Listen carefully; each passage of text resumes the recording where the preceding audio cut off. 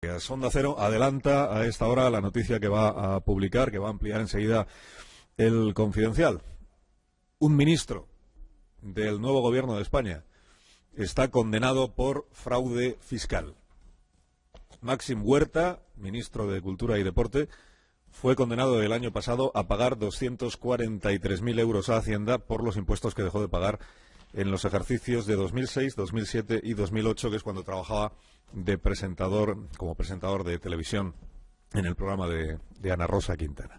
El Tribunal Superior de Justicia de Madrid, según la información del Confidencial, resolvió el año pasado contra Máxim Huerta, que había recurrido la decisión del llamado Tribunal Económico Administrativo. Este es un órgano que en realidad se llama tribunal, pero no lo es un órgano administrativo, ante el que los contribuyentes que han sufrido una inspección o recibido una inspección de Hacienda y que no comparten el criterio de la agencia tributaria pueden presentar sus alegaciones.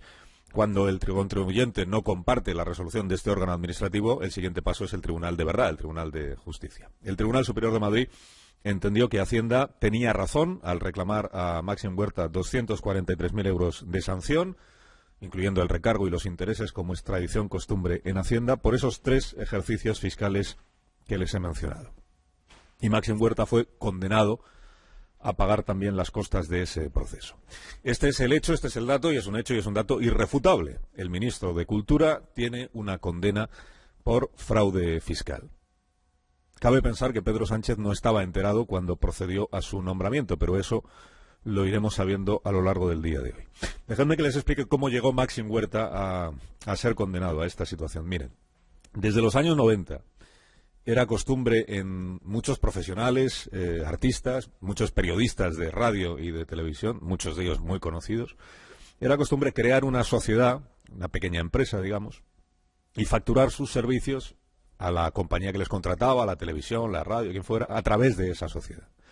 Cuando era presentador en Telecinco, Máxim Huerta utilizó, como muchos otros profesionales, insisto, este sistema. La cadena o la productora del programa lo que hace es que paga a la sociedad creada por ese periodista y lo que declara a Hacienda son los ingresos, los gastos y los beneficios de esa sociedad por la que tributa como tal sociedad, es decir, paga el impuesto de sociedades que le corresponde. El procedimiento de crear una sociedad y facturar o cobrar a través de ella es un procedimiento perfectamente legal y permitía en aquel momento pagar menos que si uno declaraba sus ingresos como renta personal, es decir, como IRPF. Por sociedades o por impuesto de sociedades se pagaba menos que por el impuesto de la renta de las personas físicas. En aquel momento, Hacienda no veía ningún problema a este modo de proceder. Con la llegada de Montoro al Ministerio de Hacienda en el año 2011 o 2012, los criterios del fisco cambiaron. Y lo que hasta entonces se consideraba correcto, pasó a considerarse fraudulento. En las inspecciones que abrió Hacienda a decenas de profesionales, entre ellos otros presentadores de televisión y de radio, tertulianos, artistas, Hacienda estableció que los servicios profesionales debían tributarse como impuesto de la renta. Es decir, que si Máxim Huerta estaba contratado por ser Máxim Huerta, debía declarar como IRPF sus ingresos por mucho que tuviera constituida una sociedad. Hacienda hizo sus inspecciones, Hacienda calculó lo que esos profesionales habían dejado de pagar por IRPF y comunicó las sanciones correspondientes. En la mayoría de los casos, los asesores fiscales de los afectados le discutieron al fisco, a los inspectores, sus nuevos criterios, pero acabaron optando por pagar la sanción que se les reclamaba y olvidarse el asunto. Solo algunos profesionales llevaron esa discrepancia hasta el final y recurrieron las sanciones de Hacienda. Y recurrieron a los tribunales. Máxim Huerta fue uno de los que recurrieron a los tribunales. Los tribunales están dándole la razón a Hacienda en la mayoría de los casos. Y eso supone que aquellos que recurrieron, además de tener que pagar, arrastran ahora una condena judicial.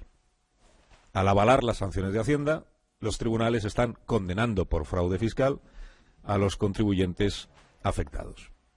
En el caso del ministro de Cultura, de Máxim Huerta, según el tribunal, existió fraude a Hacienda porque en 3 años su sociedad facturó o ingresó casi 800.000 euros en 3 años, pero por IRPF él solo tributó 22.000. Ojo, no hubo delito fiscal, porque la cuantía fue muy inferior a los 120.000 euros defraudados por ejercicio. No hubo delito fiscal, pero sí hubo fraude.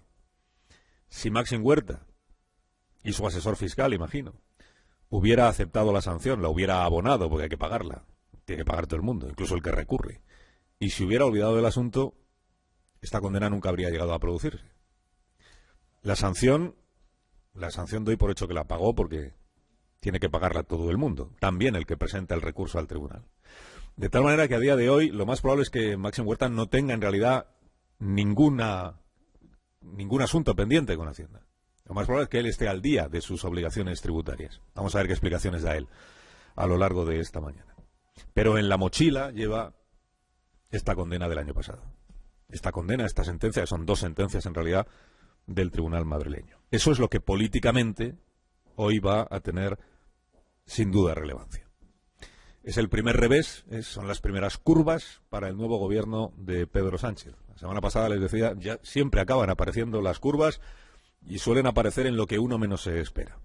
6 días después de tomar posesión, el ministro de Cultura amanece esta mañana en una posición delicada. Más de uno en Onda Cero.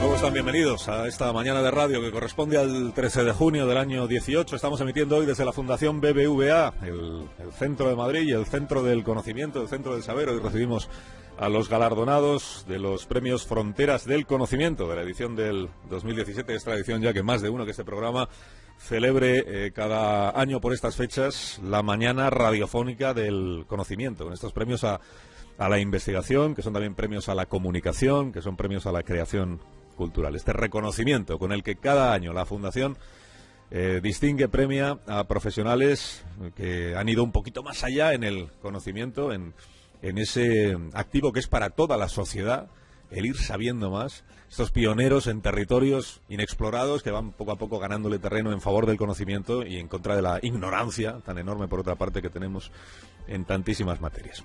En este día en el que hay 2 nombres propios que acaparan los principales títulos de la prensa, 2 nombres propios que son el de Lopetegui, primero de los nombres propios. En la España cambiante esto tampoco había sucedido nunca antes. En vísperas de empezar el Mundial de Rusia, el seleccionador nacional se confirma como el próximo entrenador del Real Madrid. O sea, cuando termine con la roja, igual esto se puede malentender, cuando termine de desempeñarse como seleccionador en la roja, será blanco merengón Lopetegui. Justo eso, que aún no ha terminado de dirigir a la roja, es lo que ha generado ya hondonadas de críticas al Real Madrid y al seleccionador nacional.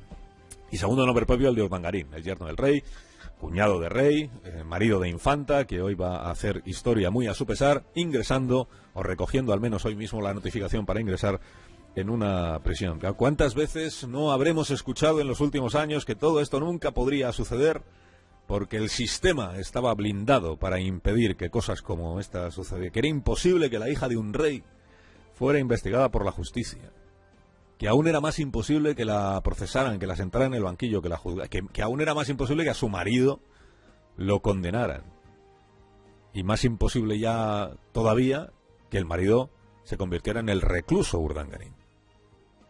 Como todo eso sucedió, aquellos que siempre negaron que fuera a suceder, pues se agarran a lo que pueden para seguir afirmando que el sistema está blindado, y ahora la salmodia es que hubo trato de favor porque Urdangarín sí ha sido condenado, pero merecía mucha más condena y no la ha tenido.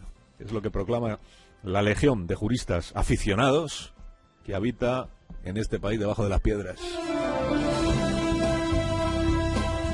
El hecho de no aceptar refugiados en el puerto más cercano, gente además enferma, niños, esto no se puede considerar en ningún caso una victoria.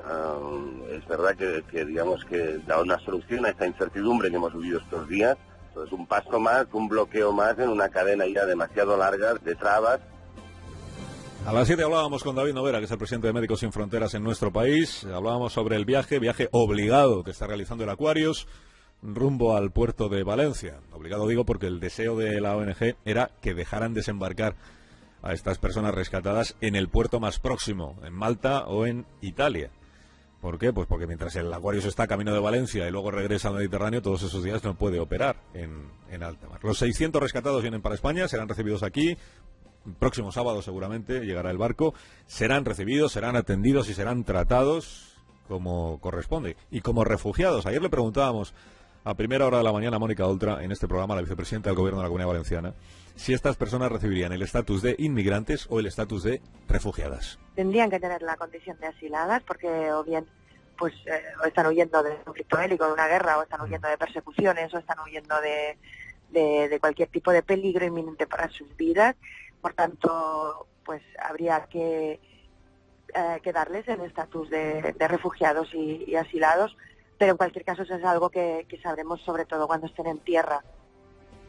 Ser refugiados garantiza que no sean devueltos a África. También les permite a ellos elegir dónde quieren instalarse.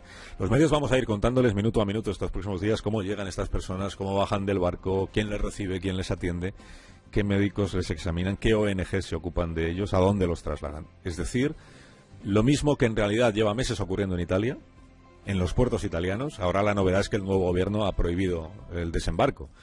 Pero ya les hemos contado aquí que Italia recibe 4 Aquarius cada semana, por número de personas rescatadas. Y también les hemos contado este dato que ayer proporcionó la Cruz Roja en Andalucía. A España llega un Aquarius cada 5 días. No es que llegue un barco, es que llegan pateras, es que llegan inmigrantes en situación irregular que también son recogidos, atendidos y tratados como la ley que está en vigor establece. Ahora mismo, por cierto, no lo olvidamos, hay otro barco que se llama el Sea-Watch, de una ONG alemana, que está navegando con 40 personas rescatadas a bordo, 40 personas y 11 cadáveres. Y por ahora, este barco no tiene autorización para desembarcar ni en Malta, ni tampoco en Italia. Carlos Alsina, en Onda Cero.